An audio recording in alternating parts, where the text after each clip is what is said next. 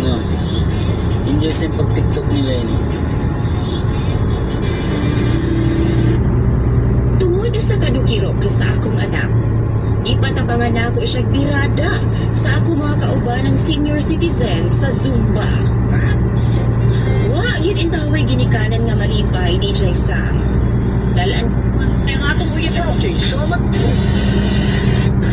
Bakit pilaan? Bakit di? Bakit? Alay na yung nagpatik ka. Hoy, naalala mo lang sa'yo ang ginawa mo sa akin kagabi, ha? Nahihirapan ako doon, ha?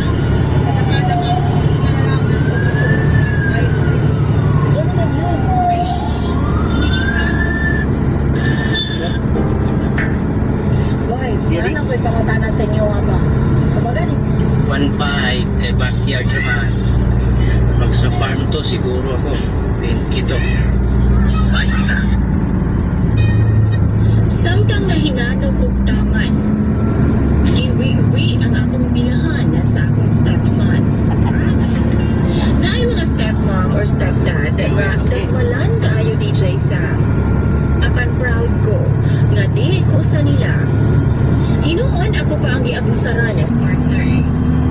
Si Tony o DJ Sam ang akong ka-live-in. Kasado ni sa una niyang asawa. Apan tungod na lugib lagi ang mga babay ug niuban sa laing lalaki.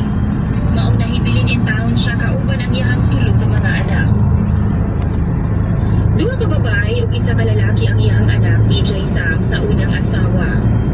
42 anyo si Tonyo, ug kung sumahon, medyo layo-layo pa sa pag-agwat sa among edad, apan